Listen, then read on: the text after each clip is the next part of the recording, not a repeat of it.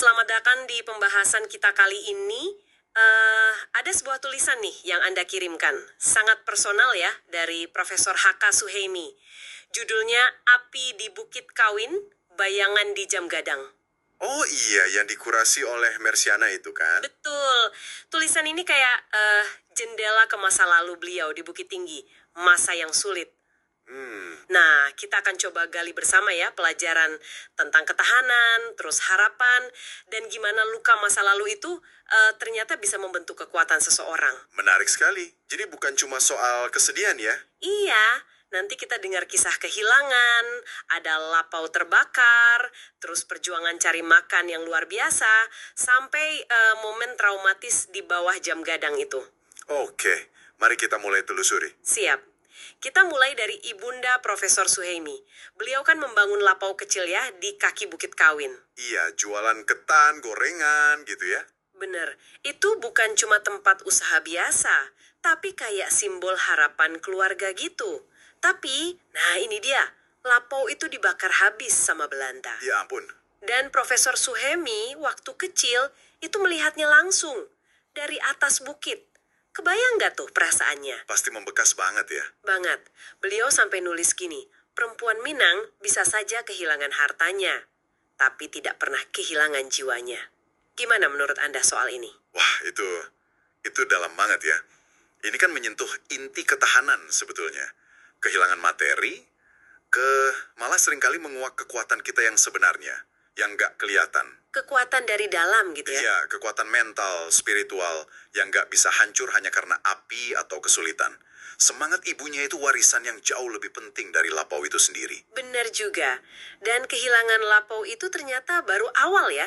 Hidup mereka jadi terpencar gitu. Numpang sana-sini. Makin berat ya. Iya, terus tiap sore, ayah sama ibu Profesor Suhaimi ini kembali ke ladang ubi. Ladang yang sudah dipanen orang lain buat ngekas-ngekas. Ngekas-ngekas itu maksudnya gimana? Mengais sisa gitu? Iya, mengais sisa-sisa ubi kecil yang mungkin buat orang lain udah nggak ada artinya, sampah lah istilahnya. Tapi buat mereka, itu penyambung hidup. Masya Allah. Ayahnya bahkan sampai bilang, inilah makan pejuang. Luar biasa ya cara mereka menjaga martabat di tengah kondisi gitu. Betul sekali. Itu bukan cuma soal cari makan ya, tapi mempertahankan harga diri. Justru di kondisi paling sulit. Iya kan? Menyebutnya makan pejuang itu cara ayahnya menolak kalah. Menolak mengeluh. Ada pelajaran penting di sini. Tentang menemukan makna justru saat kita merasa, ya nggak punya apa-apa lagi. Itu perlawanan diam-diam. Betul, perlawanan dalam diam. Nah, perjuangan fisik mereka nggak berhenti di situ. Ada lagi pas sawah kering karena kemarau panjang. Oke, terus gimana? Ayah dan ibunya ini nggak nyerah. Mereka turun ke lumpur sawah yang kering itu buat cari belut. Oh, cari belut. Pakai alat pancing atau gimana? Justru itu, bukan pakai alat tapi pakai tangan kosong. Hah? Tangan kosong? Iya, meraba-raba lubang bekas injakan kerbau di lumpur itu nggak ada rasa jijik, nggak ada gengsi, demi anak-anak katanya. Aduh, itu gambaran pengorbanan orang tua yang, ya ampun, melampaui kata-kata ya.